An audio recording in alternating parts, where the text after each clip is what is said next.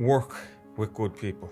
Work with good people, and work with people that their ethos is solely about good food and good kitchen philosophy and good kitchen ethics. Everything else will fall into place after that. If you're working with Bill and Ben down the road that are horsing out whatever and there's no passion into it, you're going to learn like that. That's what you're going to do. But if you're working with somebody on top of their game, you're going to learn from them. And That's true. I think that's and I think that's for any career. You work with the best, you're going to end up being the best or Yourself. in and around. Hi, everybody. Thank you very much for being and staying with me. Thank you for following me, and thank you for listening to me. Today I have a special guest. Why? Because Christmas is so close. Everybody still do preparation for Halloween, but Christmas would be next. And today I would like to introduce an incredible guest, Chad Byrne, top head chef in Ireland. Hi. How are you? That's some introduction to live up to. But it's true. Yeah, well, you know what? I just put my best foot forward all the time and try to do my best, and that's all I can do. Thank you very much for coming. No, thank you very much for having me. Delighted to be here. I would like to start from this. Is Irish Examiner posted an article about you. They've been saying, when Chad was 16, then how a small act of kindness led to him becoming a top chef, and how the days of being aggressive and abusive towards staff are numbered. So how you can describe this from your point of view? Oh, that was actually in reference to Ed Cooney. He helped me along in my journey as a chef, which is he's still head chef in Nimerian. I was there maybe 20 years ago, just across the road, and he helped me become. I suppose in my life at that stage I was going down two different paths, I suppose, and he sort of nurtured me and cultured me into a way of being a professional chef that cared about food and that helped people along the way. And I think at that stage I had left school almost 2 years, and I was working in a Chinese restaurant, Yes. doing chicken balls and doing pots and whatnot. And he cultivated me into a belief of into a belief in myself, and also into a belief of cooking and cooking with heart. So I suppose one good turn leads to another, and that was the start of your journey. of the chef collab and the start of the journey. But like that, there's plenty of rough diamonds out there that just need a little polish, And he found one in me. He found one in me. Jesus, not calling myself a diamond here now or anything. But you are. But you are. In your industry, you are one of them. So at the moment, you're working as a head chef of the Brecon Hotel Spa, whatever. It's this hotel only, right? Yeah, it's a resort. It's a hotel. There's a spa. It's just hotel. A very nice hotel, beautiful hotel, great restaurant. I have never been there. I plan to go there to visit. So it's the name of restaurant there because I can't find. It's a Danube. Danube. That Danube restaurant. Okay. Named after an Irish goddess. Okay, I wasn't sure. And also, in this restaurant, you have a special menu there. Correct me if I will pronounce it incorrectly. Lot. I still pronounce it incorrectly. Galua. Oh my goodness. Okay, it's a mean in Irish, early. Exactly, or soon. Soon. Okay. Did you help to pick this name for, or it's been already there existing? I will be totally honest with you. I have nothing to do with the name. That was the marketing team. There's two girls that work in the Breton, Ava and Becca, and they're absolutely fantastic. It was my idea to do sort of an early bird, but we didn't really want to call it early bird. But I think I was on holiday when we had a staycation with the girls, and it was the third day, and the girls, they like good food. They enjoy good food. But if you're going out 3-4 nights in a row, you're spending a lot of money in Ireland. True. So for me, it was like, okay, if I want to eat out well, and Killarney is a tourist hotspot, maybe you'll only eat out once or twice with your family. Whereas I think having an early bird with the food that we're doing it's approachable. And the food's bloody lovely. It's really, really good. For €29, like choice of 3 starters, 3 mains, and it's not your Caesar salad type of stuff. It's something special. You know what? There's a lot of thought and process gone into it. And the suppliers that we've got on board are fantastic. And you know what? I think giving value and purpose in food is very close to my heart. Like, you know what I like? It's you think about families, think about people who would love to come more often, spend maybe less, but at the same time enjoy the food, enjoy the atmosphere, and spend the family time together. Yeah, exactly. Well, that's it in a nutshell. Like, if you can offer something that's you know, I hate arsey food, if that makes sense, like little dots of stuff and you go home and you're still hungry. Like, if you're feeding family, I love this. Oh my god. No, but it's true. But it's true. If you're feeding a family, make sure it's accessible, that it's a twist on something that's sort of common. So it's good for family. You know, it's good for kids, so they won't go, Jesus, what's that? You know, there's just a little tweak and twists, and just make it approachable. And I think you know, we've hit the ground running with it, and I'm delighted. And you know what? Fair play to the boss down there, because when I said it to him, it's like €29. It's like, you're mad. It's possible enough, yeah. I was like, look, it's about the source, and it's about just actually working hard and getting it done and using your head. And I think if you can use your head in a lot, like if you were a restaurant now and everything was €29, you'd be closing fairly soon. But if you can do it for an hour or an hour and a half on a Thursday, it's bringing people on board. It brings people on board, but you know what? It's also good culture in the kitchen. That it's like, right, we're not wasting stuff here. We're being very methodical in what we're doing and how we're doing it. And there's a challenge for chefs in that. Like, there's nothing worse than for a chef going into work every day and going, same ding dong every day. It's like, nah, you need to be challenged. You need to go. You know, that's what I think. As a chef, for me, like I'm down there 13 years. 13 years is long for any chef to be in any place. Like, I need stuff like that to help me to grow as well. Yeah, exactly. So, and I know that you change the menu every week. Mm-hmm. And who encourage you? Where you get these influencers? Oh, that comes to you. That's natural. Well, it's teamwork as well. Okay. It's like it's teamwork as well. We've chefs from every nation there, kitchen porters from every nation. Like, there's Fred. He's from Kenya. I've got in, and I'm going to pronounce this wrong. I don't care. Endura flour. We're going to do some Ethiopian bread and some a little bit of. We're going to make it traditionally the way he'd make it. Okay. First, and that'll be for staff tea. Okay, and then we'll break it down into what would be good for an Irish palate. Right. Okay. And sort of have a restaurant. Mm-hmm. So it'll be. I don't want to say a watered down version, but it has to be approachable. Upgraded. You know, well, I wouldn't say upgraded. Authentic is real, and you can't beat real, but it has to be approachable for under the Irish culture. Yeah, exactly. I don't understand that. Boil the crap out of it. No.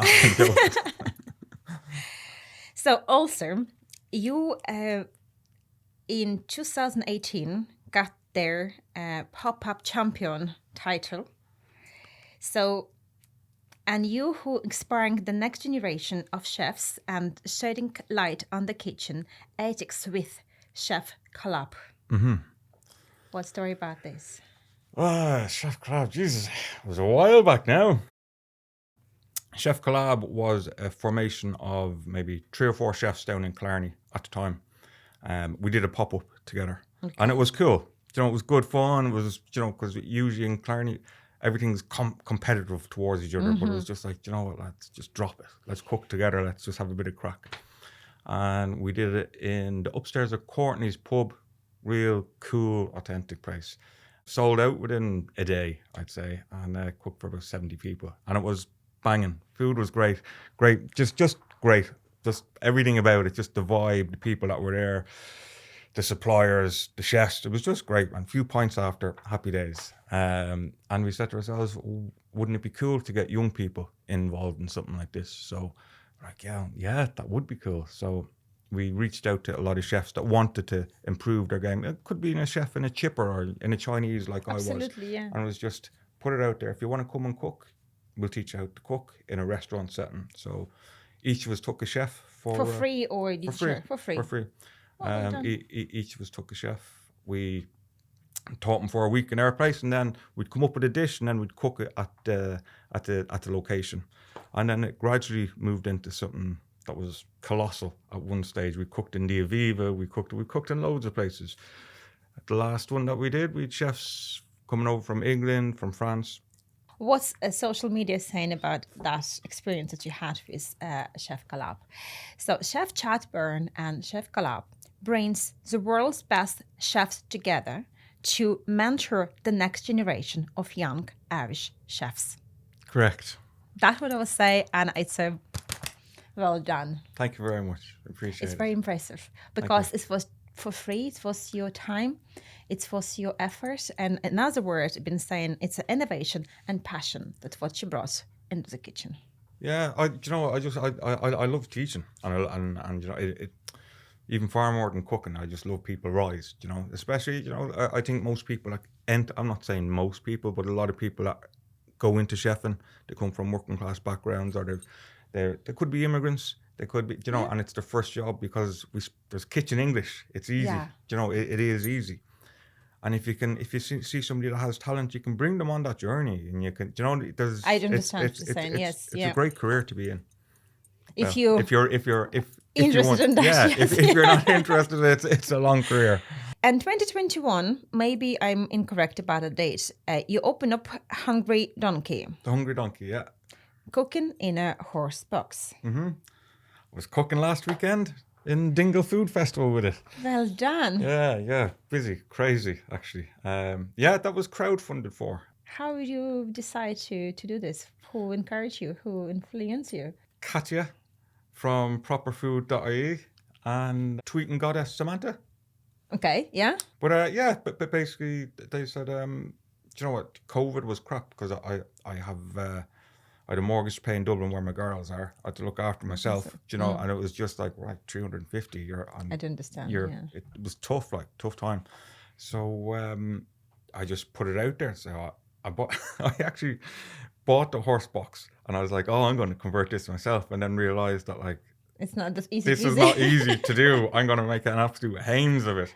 So I had it lined in my back garden for about 2 weeks, and I was going out all the time to do stuff, but nothing was getting done proper. So I was actually, my neighbours as well said, oh, you should reach out. And so I just put it out there, and we got it done properly, and the equipment and everything like that. The money was raised literally overnight. Which was amazing. So nice to everyone that supported me, much appreciated. And it's gone from strength to strength since. So I won a lot of awards with best tacos in Ireland, best, just a lot of bloody good stuff happened to me through that. Even what's his name down in Waterford there, Paul Flynn did an RTE show and said best spice box in the country, which is great. And I know Spice Box has this, so Spice Box, whatever. You can create absolute passionate stuff with the simplest of food. Do you know what? It could be chips, but we've scallops on it, gochujang dressing, stunning. I saw only the picture, never tried, but I would love to. Oh my God, I'm really hungry thinking about this. Talk about your family. You have 3 daughters. I do.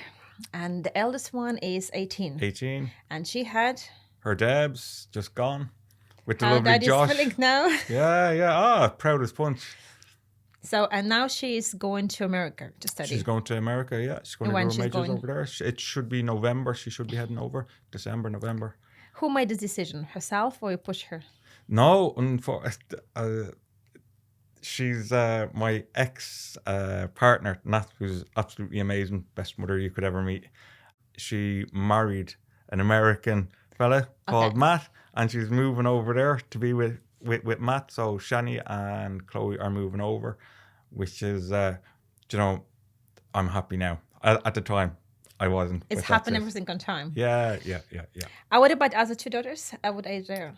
Shani is 15, sorry, now. And Chloe is 7. Wow. Anyway, so it's a big journey for them to get the stage of the 18. Yeah, huge. Well done. Life's for living, and you know what? I know, I'm the same. They're great. They are great. But as you were saying earlier, you do miss that little... Yes, yeah. I know what you're talking about. I'm the same spot as you are at the moment with my lads.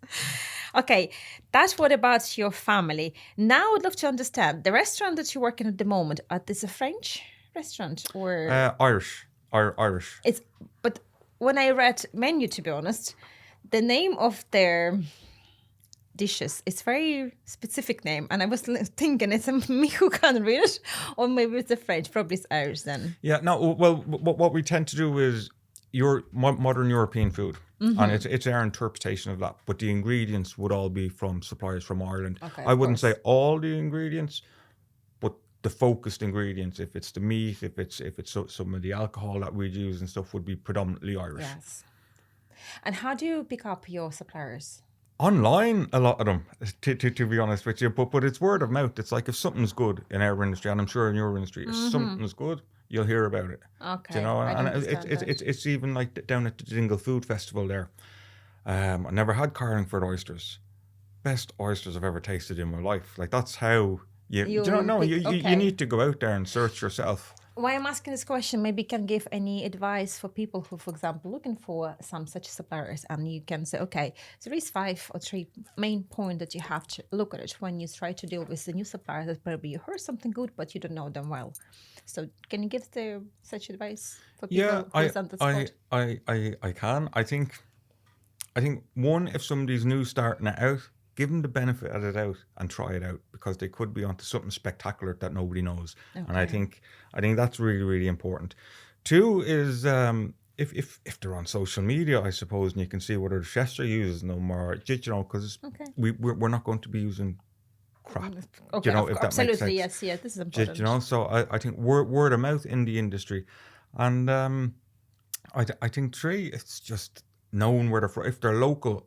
If they're local, obviously try and support them as much as you can. And if they need a hand or some guidance, or they should make tweaks, don't be afraid to say to them, because if you can bring huge business to them, and you can make their product a little bit better to ask them to tweak 1 or 2 things for you. 1, their product will be better. 2, there's revenue coming in. And I think if they can do that, there's a compromise between people that you'd be just so happy to work with, I think. You're a people person, I can say it. You try to help everybody, even your own suppliers. You have a new menu that you're planning anyway, whatever I was talking about this. It's from your Instagram page now. Special sauce for your Russian salad for Paddy's Day 2025. Okay. What is that? Is it planning? No, I think somebody put that in the comments, but no. But basically, it's a Russian salad, which is and like that, it's making stuff approachable. It's a beautiful salad of chopped potato, eggs, some gherkin, bit of dill, mixed up with a bit of sour cream or some mayonnaise if you wanted. But what we did all that really, really nicely. But we'd make fish cakes, and we'd just gently poach the fish in milk, half milk, half cream, and then leave the fish in that overnight, so it almost becomes like a jelly. And that's what we'd use for the Russian salad, because we serve it with charred mackerel. So a little bit of lemon zest, a little bit of lime zest, salt and pepper, and it's so light, so tasty. And then with the bones from the mackerel, we'd make a mackerel tea, which doesn't sound great, but it's like we put a bit of kombu, a little bit of dashi into it, a little bit of dashi vinegar, roasted off the bones. Stunning, clean food. Wow. What happened in your life that you decide picked culinary as your profession? You decide, okay, you pursue this is my future. I think like that when I was younger, I would have been watching, I'm not sure if you were in Ireland at the time, there was a show called Ready Steady Cook. How many years ago? Oh, Jesus, maybe 25 years ago. There was an updated version of it released, but it was always on when I came home from school. And okay, I just arrived. I didn't understand anyway at that time. It absolutely brilliant, just great crack. But it was 2 chefs pitted against each other, and they had half an hour to cook. It was just daytime TV, really. Okay. But it was on all the time when I finished school, and I absolutely loved it. And I think that was where I first got a little taste of I'd like to do cooking. And when I was working at the time, I was working in Chinese, which I couldn't go to a nightclub or anything. I was peeling bags of onion, or nightclub. I was too young to go to a nightclub. But even about that anyway at the time. Kids disco. Jeez, my hands were yellow from peeling onions.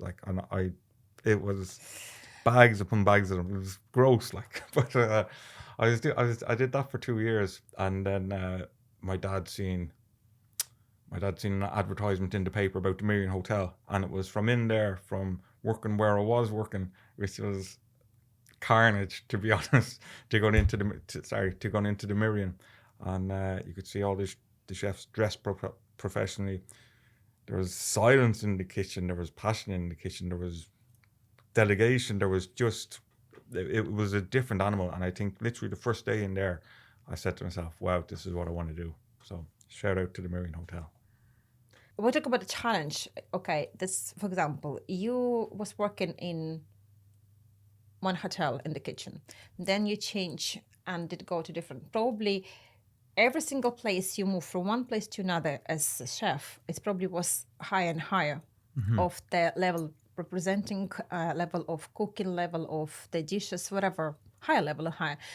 Did you find it was a challenge kind of for you to get over, because probably you was on one level, you was ready to grow up, and you find from that point, like, if you get me. Yeah, this is going back a fair few years.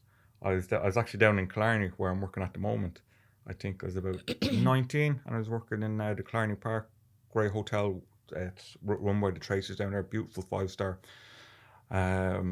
I worked there with my old sous chef from the Miriam, and I'd worked in a few other 5-stars and stuff, but I was asked to open a restaurant at 21, and I did. And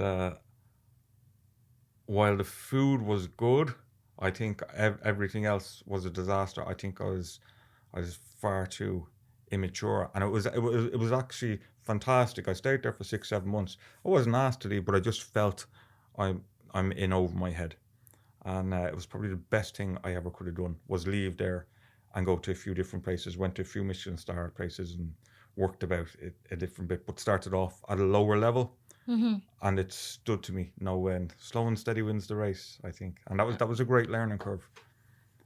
And your advice for some beginners? Take it easy. Take it easy. Things are going to work out. That's it. I think for beginners in catering, work with good people.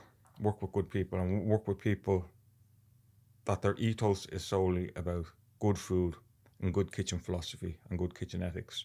Everything else will fall into place after that. If you're working with Bill and Ben down the road that are horsing out whatever, and there's no passion into it, you're going to learn like that. That's what you're going to do. But if you're working with somebody on top of their game, you're going to learn from them. And that's true. I think that's and I think that's for any career. You work with the best, you're going to end up being the best, or yourself, in and around. And the fact that you might know it at the time, but if you're working with high level people, you'll be introduced to so many people that at the time you won't know. But it's only a little bit later you'll go, wow, I know this person, I know that person, I have contacts here. And the industry is so small, especially at the top end of the game.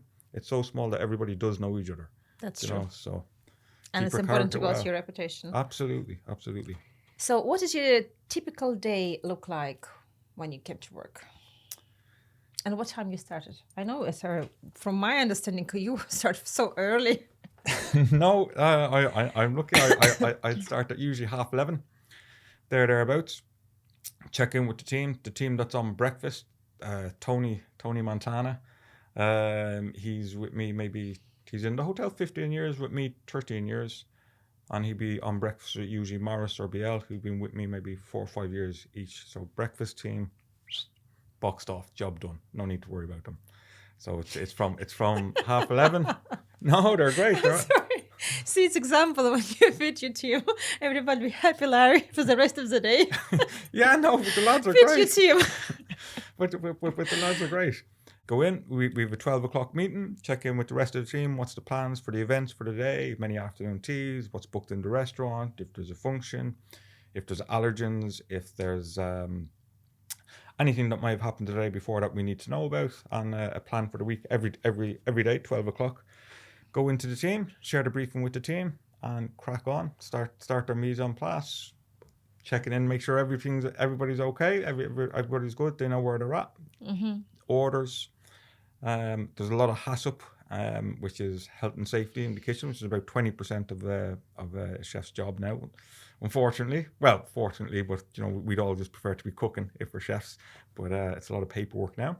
And yeah, crack on, do a great service, and make sure that you've done your best. Go home and crack on for another day. Essential cooking technique.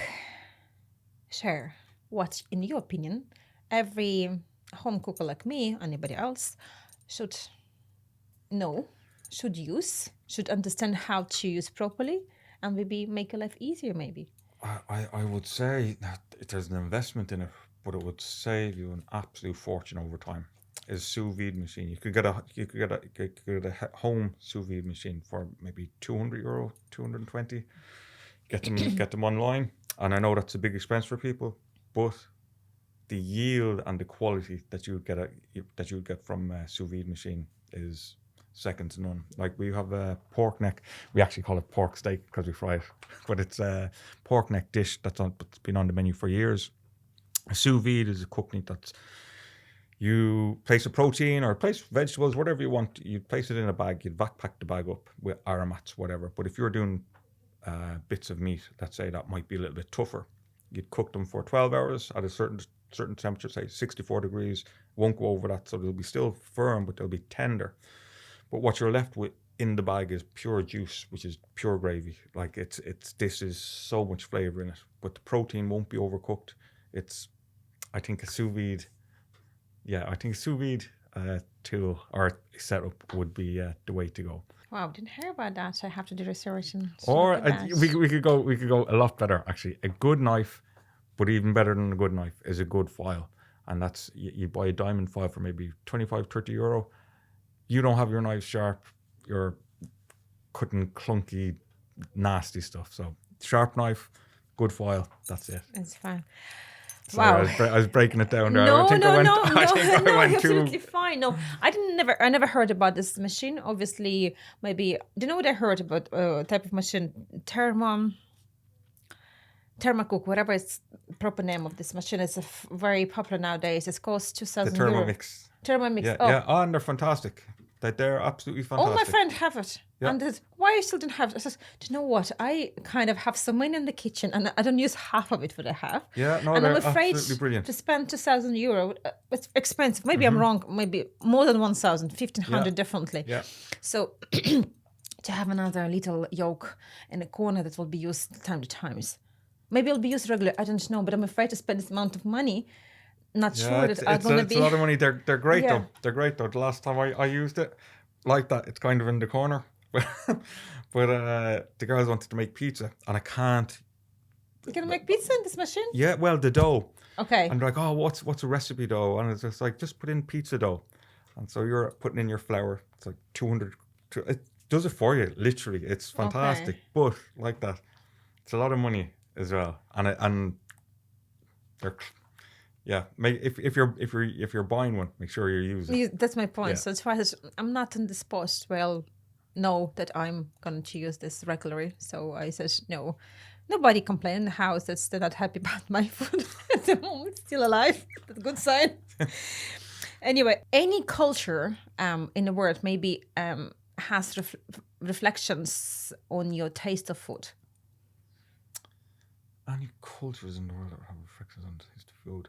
No, I'd say, well, Ireland now is getting a lot more diverse, and I think there's an amalgamation in the kitchen at the moment. I think there's two. There's myself and Nelly that's Irish. We've Nepalese. We've nationalities from all around the world, and I think they'd be doing a lot of staff food. And if there's something special that they need in, we'd go down to Kazi has the ethnic shop down the road. I'd give them a call. Kazi, can we get this flour in or get whatever it is in? And I think the people that are nearest to you sort of cultivate how your perception of food is, because you surround yourself with them. I suppose, does that make sense? Yes.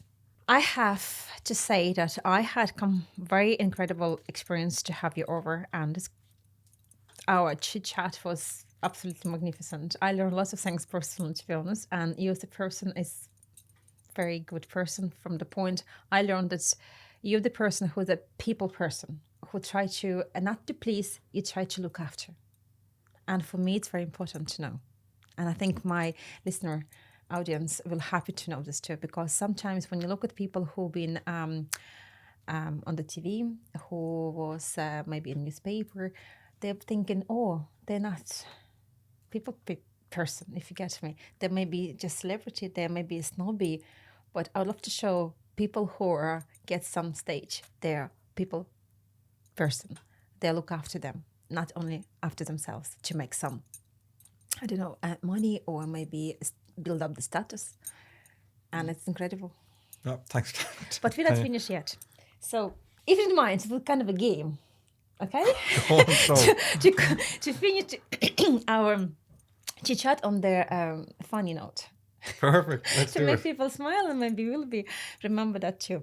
So I'll call 5 famous chefs in the world, and I'll show also the picture of those people, just remind you and other ones how they look like.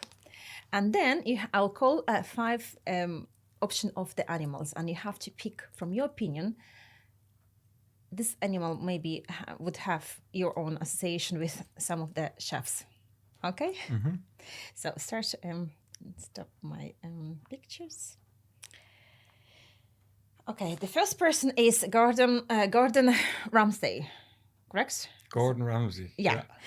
He knows as the best adrenaline cooking show. He looked like that. Just remind to you, to audience. So, another one is Jamie Oliver. Jamie Oliver looked like that. So, Jamie Oliver became famous as encouraging people to eat healthy food.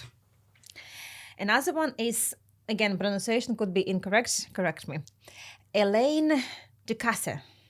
Alain Ducasse. Alain Ducasse. Alain Ducasse. He's a French chef with 21 Michelin stars. He owns Sotis restaurants, and also he founded the École Ducasse Culinary School. Mm-hmm. I would love to say what he's saying. The best way to learn is start something to do. Start doing things. Yeah, absolutely. So, and next one is, I didn't show how I look like. This is Alain Ducasse. Okay. Next one is Heston Blumenthal. Heston Blumenthal. Blumenthal. Yeah. He's a famous he's put together unusual flavors like bacon, eggs, and ice cream. Sound weird, but it's delicious. He looked like that, just to remind you guys. And the last one, it's a lady. It's Anne-Sophie Pic. She's a French chef too. Mm-hmm. She's holding 10 Michelin stars, and she's the only one of the 4 female chefs to have to be awarded as a 3 Michelin stars on one stage. So this is Anne-Sophie Pic. So I have 5 animals. So a crocodile, giraffe, raccoon, monkey, and elephant. So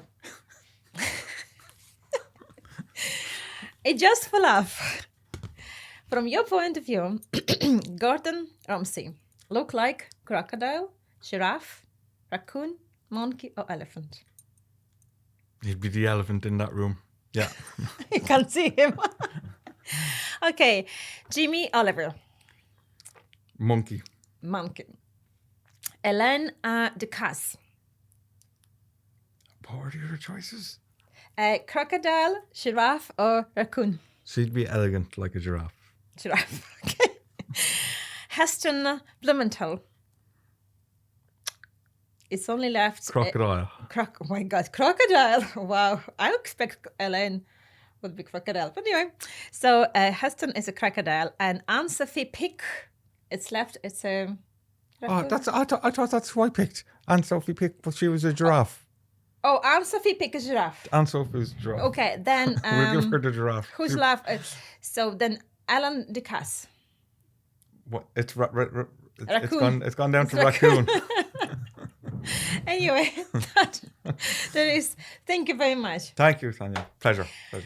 Thank you very much for staying with me. Tune in to my podcast. And thank you very much for Chad Byrne, who was my special guest today. And I hope you enjoyed the conversation we had today. You learned a lot of things out of that. And don't forget to follow. Don't forget to say hello. Until next time. Goodbye.